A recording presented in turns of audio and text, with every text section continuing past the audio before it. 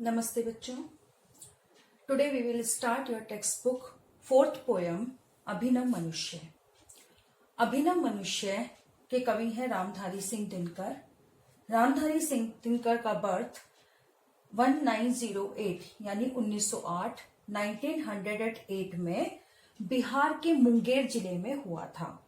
इनकी डेथ कब हुई थी? 1974 में। इनकी रचनाएं, इनकी फेमस बुक्स, इनकी फेमस लिटरेचर या पोएम बुक्स हैं हुंकार, रेणुका, रसवंती एक्सेट्रा। कुरुक्षेत्र षष्ठ भाग यानी षष्ठ का मतलब होता है सिक्स्थ भाग से अभिनव मनुष्य पोयम एक छोटा पार्ट है जो एक कुरुक्षेत्र नामक पोयम से ली गई है। कुरुक्षेत्र क्या है? कुरुक्षेत्र जहां पर कि महाभारत का युद्ध हुआ था। कुरुक्षेत्र के बारे में इन्होंने रामधारी सिंह दिनकर जी ने एक पोयम लिखी थी जिसका एक छोटा सा भाग है अभिनव मनुष्य। उसके यानी कुरुक्षेत्र के सिक्स्थ पार्ट से यह पोयम ली गई है। अभिनव का मतलब होता है न्यू, मनुष्य का मतलब होता है आदमी, मैन, यानी एक नया मनुष्य, एक न्यू पर्सन जिसकी लाइफ के बारे में इन्होंने यहां पर डिस्कस किया है। कविता का आशय है यानी कविता का मेन समरी क्या है, क्या बताया गया है कविता में, यह आपकी टेक्स्ट बुक के 27 नंबर पेज पर दिया गया है। इस पद्य भाग में वैज्ञानिक युग और आधुनिक मानव का विश्लेषण हुआ है। वैज्ञानिक युग यानी साइंटिफिक टाइम और आधुनिक मानव, मॉडर्न मानव का, मॉडर्न ह्यूमन बीइंग का विश्लेषण यानी कि इंट्रोडक्शन दिया गया है। कवि दिनकर जी इस कविता द्वारा यह संदेश देना चाहते हैं, संदेश मीन्स मैसेज देना चाहते हैं कि आज के मानव ने प्रकृति के हर तत्व पर विजय प्राप्त कर ली है। प्रकृति मतलब नेचर, कि नेचर की हर चीज पर, हर एलिमेंट पर, हर बात पर उसने विजय यानी विक्ट्री अपनी प्राप्त कर ली यानी गेट कर ली है। परंतु कैसी विडंबना है, लेकिन कितना बड़ा विडंबना मतलब दुर्भाग्य, अनलक, कि कैसा दुर्भाग्य है कि उसने स्वयं को नहीं पहचाना, कि उसने स्वयं मतलब सेल्फ को ही, अपने आप को नहीं फाइंड आउट किया, अपने भाईचारे को नहीं समझा। भाईचारा क्या होता है? ब्रदरहुड। उसने ब्रदरहुड को नहीं समझा। प्रकृति पर विजय प्राप्त करना मनुष्य की साधना है। साधना मतलब उसकी पूजा, उसकी वर्शिप है। प्रकृति के, नेचर के हर तत्व पर, हर चीज पर विक्ट्री गेट करना उसकी पूजा है, उसका कर्म है, यानी कर्म मतलब वर्क है। मानव के बीच स्नेह का बांध बांधना मानव की सिद्धि है।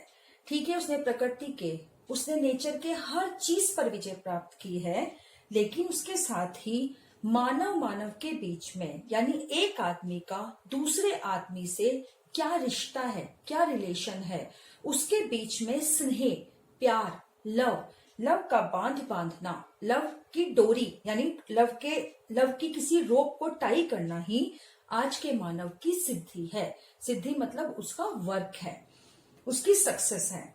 जो मानव दूसरे मानव से प्रेम का रिश्ता जोड़कर आपस की दूरी को मिटाए मतलब डिलीट करे। जो आज एक आदमी और दूसरे आदमी के बीच में जो डिफरेंसेस स्टार्ट हो गए हैं, वो उसको डिलीट करना, उसको रिमूव करना ही एक मानव का कर्तव्य है, उसकी रिस्पॉन्सिबिलिटी है, उसकी ड्यूटी है। वही मानव कहलाने का अधिकारी होगा। जो पर्सन ऐसा काम करता है वही सच्चे अर्थों में, रियल मीनिंग में वही मानव, वही ह्यूमन बीइंग है। मतलब ये है कि आज साइंस के कारण न्यू रिसर्च हो रही है, हर चीज पर मानव का अधिकार, उसका राइट हो गया है। किसी भी चीज को वो आसानी से कंट्रोल कर सकता है, लेकिन उसने सब चीजों पर विक्ट्री गेट कर ली है, लेकिन अपनी लाइफ को उसने इतना ज्यादा बिजी बना लिया है कि दूसरे मानव से, यहाँ तक कि उसके फैमिली मेंबर से भी उसका कोई रिश्ता है, कोई मतलब रिलेशन है, लेकिन कोई खास रिश्ता, स्पेशल रिश्ता नहीं रह गया है। मतलब उसने रिश्तों को, रिलेशनशिप को एक साइड अवॉइड कर दिया है, नेग्लेक्ट कर दिया है, और वो सिर्फ न्यू थिंग्स की रिसर्च कर रहा है। आज यहाँ पर कवि कहना चाहते हैं कि मानव सब चीजों पर अधिकार कर रहा है, लेकिन उसका क्या यूज है जब उसने आपस की दूरी को, मतलब आपस के रिलेशनशिप को उसने डिलीट कर दिया है, उसने कोई उसको इम्पोर्टेंस नहीं दी है, तो ऐसे साइंटिफिक रिसर्च का कोई भी यूज नहीं है। यूज जब है जब तुम साइंस के साथ साथ न्यू रिसर्च के साथ साथ अपने रिलेशनशिप को भी बनाए रखो, ना केवल फैमिली मेंबर से या अपने ऑन रिलेटिव से, बल्कि जो हमारे आसपास लोग हैं सबसे भी हमारा हर प्रकार मतलब सबसे भी हमारा अच्छा रिश्ता होना चाहिए, ताकि कभी कोई दुख आए लाइफ में तो सब हमारी हेल्प करने को रेडी हो जाए। कवि रामधारी सिंह दिनकर जी अभिनव मनुष्य में इसी बात को बताना चाहते हैं।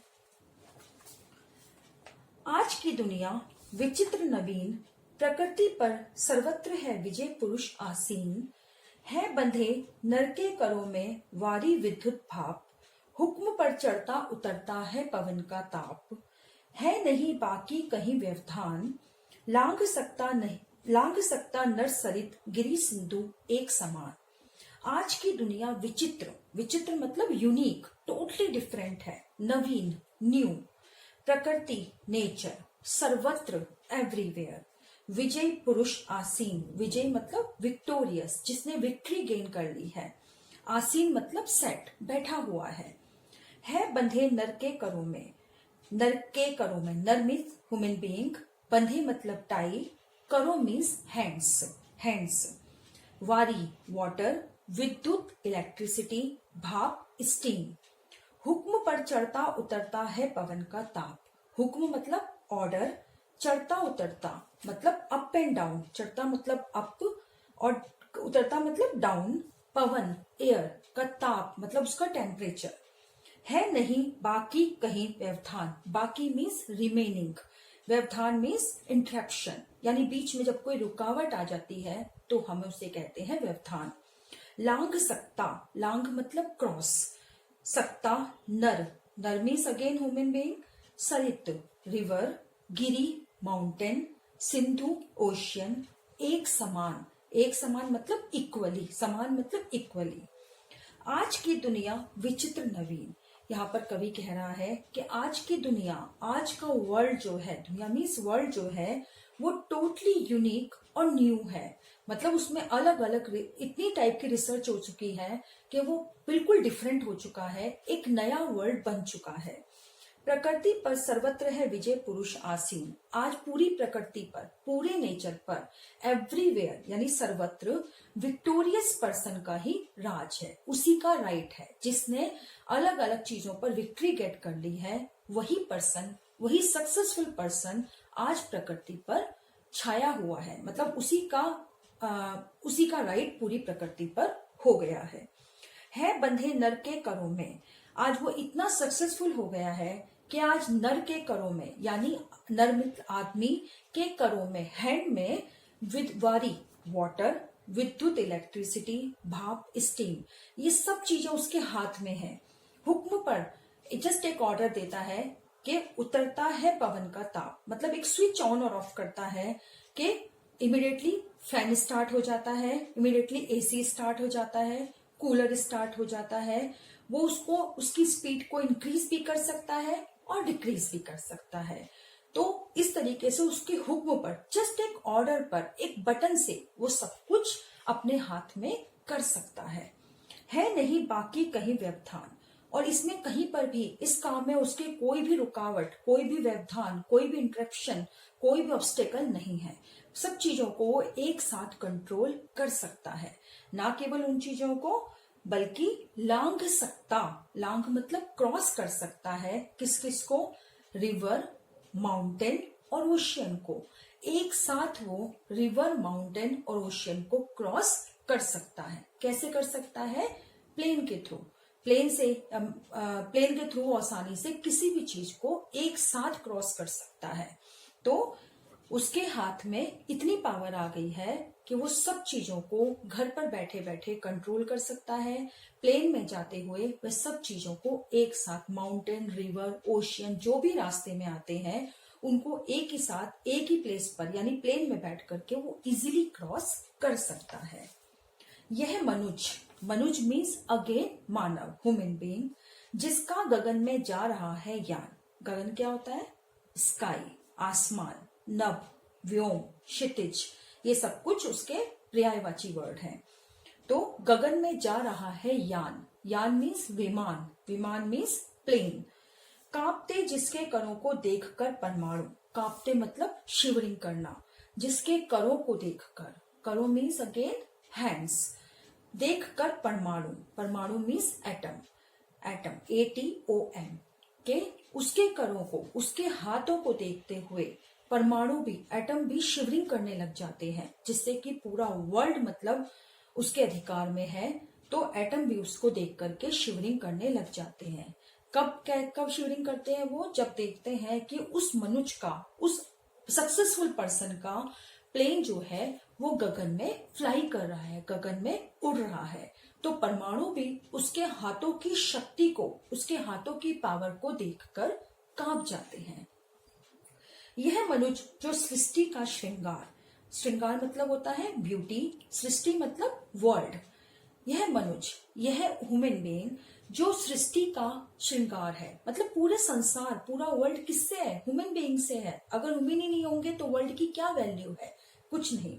तो ये इस संसार की, मतलब ये जो नर है, ये ह्यूमन बीइंग जो है, इस संसार की ब्यूटी है।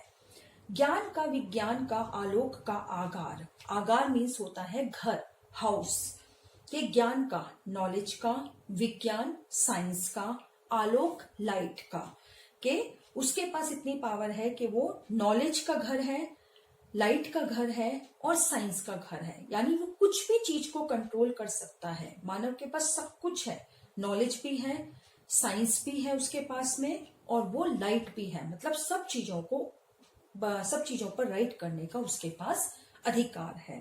तो यहाँ पर एक तरीके से एक मानव की, एक अभिनव मनुष्य की डेफिनेशन दी गई है कि एक अभिनव मनुष्य कैसा है, जो इस वर्ल्ड की ब्यूटी है और वो नॉलेज का, लाइट का और साइंस का घर है, एक चलता फिरता घर है। घर तो एक जगह पर स्टेबल हो जाता है, लेकिन वो एक चलता फिरता घर है, मतलब जो इजीली वॉक कर सकता है, एक प्लेस से दूसरे प्लेस पर जा सकता है।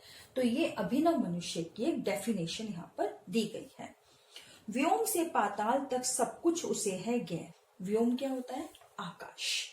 पाताल मीन्स डाउन, के व्योम से, आकाश से नीचे धरती तक, धरती के नीचे जो पाताल होता है, सब कुछ उसे है क्या, मतलब आकाश से पाताल तक की सब नॉलेज, गे मतलब नॉलेज, उसे सब नॉलेज है कि आकाश से पाताल तक क्या क्या हो रहा है, सब नॉलेज है मनुष्य के पास में।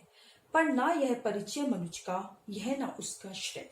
अभी मैंने बताया था कि मानव की, अभिनव मनुष्य की डेफिनेशन क्या है कि वो ज्ञान का और आलोक का घर है, इस सृष्टि का, इस वर्ल्ड की ब्यूटी है। लेकिन अब कवि यहाँ पर कह रहा है कि ये सब कुछ है वो, लेकिन यह ना परिचय मनुष्य का, परिचय मतलब इंट्रोडक्शन, कि ये इंट्रोडक्शन नहीं है मनुष्य का, यह ना उसका श्रेय, और ना उसका श्रेय मतलब होता है क्रेडिट, कि ना उसका क्रेडिट है, ना मतलब उसकी इंपॉर्टेंस है। ये ठीक है, सब कुछ है, उसे सब तरीके की नॉलेज है, साइंस में वो एक्सपर्ट है, न्यू रिसर्च वो कर रहा है, लेकिन फिर भी उसको कहीं एक पॉइंट उसके इसमें ऐसा माइनस पॉइंट है कि यह हम उसका इंट्रोडक्शन नहीं कह सकते। मतलब ये अभिनव मनुष्य की डेफिनेशन तो हो सकती है, नए मनुष्य की डेफिनेशन हो सकती है, लेकिन जैसा मनुष्य हमें चाहिए उस मनुष्य का इंट्रोडक्शन ये नहीं है। अब नेक्स्ट पैराग्राफ में कवि ने बताया है कि कैसा मनुष्य होना चाहिए। श्रेय उसका बुद्धि पर चैतन्य उर की जीत, चैतन्य होता है कॉन्शियस, उर मतलब हार्ट, श्रेय उसका मतलब उसका क्रेडिट क्या है, उसकी इंपॉर्टेंस कब है कि जब बुद्धि पर मतलब माइंड पर चैतन्य कॉन्शियस हार्ट की जीत हो, मतलब उसका माइंड काम कर रहा है हर तरीके से, लेकिन उसका मन वो सोया हुआ है। तो जब दोनों चीजें एक साथ काम करेंगी, मन और माइंड, उसका हार्ट और माइंड, तभी वह पर्सन सक्सेसफुल पर्सन है। श्रेय मानव की असीमित मानवों से प्रीत, उसका क्रेडिट कब होगा? जब वो मानव, एक मानव की असीमित, असीमित मतलब अनकाउंटेबल मानवों से प्रीत, प्रीत मतलब प्यार, जब उसका असीमित अनकाउंटेबल लोगों से अटैचमेंट, प्रीत मतलब अटैचमेंट होगा, तभी उसकी असली जीत, असली विक्ट्री उसे मिलेगी। एक नर से दूसरे के बीच का व्यवधान तोड़ दे, मतलब एक आदमी, एक नर और दूसरे नर के बीच में जो इंटरेक्शन है, जो डिफरेंस है, तोड़ दे, उसे ब्रेक कर दे, बस वही ज्ञानी, वही विद्वान। ज्ञानी होता है नॉलेजेबल, जिसके पास हर तरीके की नॉलेज है, तो वही असली पर्सन है, वही विद्वान है। विद्वान मतलब स्कॉलर है। और मानव भी वही, और मानव भी वही है। यहाँ पर इस पैराग्राफ, इससे ऊपर वाले पैराग्राफ में कवि ने इंट्रोडक्शन दिया था, डेफिनेशन दी थी अभिनव मनुष्य की, कि अभिनव मनुष्य कौन है? जिसके पास नॉलेज का, साइंस का, लाइट का घर है, मतलब पूरी तरह से उसके पास नॉलेज है, और वो इस सृष्टि की, इस वर्ल्ड की ब्यूटी है। लेकिन कवि ने लास्ट लाइन में उसमें कहा था कि ये रियल इंट्रोडक्शन नहीं है, ये एक अभिनव मनुष्य का इंट्रोडक्शन है, लेकिन ये एक अच्छे मनुष्य का इंट्रोडक्शन नहीं है। सही मायनों में, सही अर्थों में, रियल मीनिंग में असली मनुष्य कौन है? जो एक दूसरे से प्यार का भी रिश्ता कायम करे, एक दूसरे की हेल्प करे, कि जब भी कभी प्रॉब्लम आए तो हमेशा उनके साथ खड़ा रहे, उस प्रॉब्लम में सुख में भी उनका साथ दे तो दुख में भी उनका साथ दे।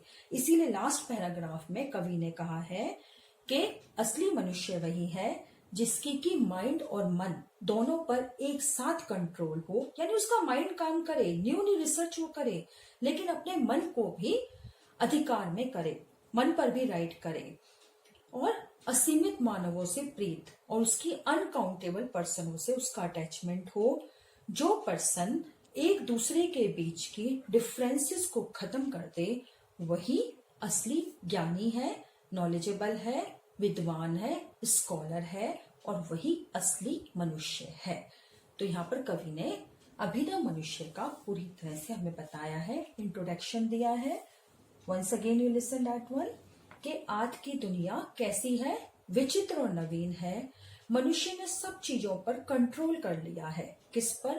पवन पर, विद्युत इलेक्ट्रिसिटी पर, वारी वाटर पर, भाप स्टीम पर, सब चीजें उसके हाथ में है। वो एक साथ ओशियन को, रिवर को, माउंटेन को क्रॉस कर सकता है। जब उसकी पावर को, उसके हाथों की शक्ति, उसके हाथों की पावर को देखकर जब उसका यान, उसका प्लेन गगन में, स्काई में फ्लाई करता है, तो परमाणु भी शिवरिंग करने लग जाते हैं।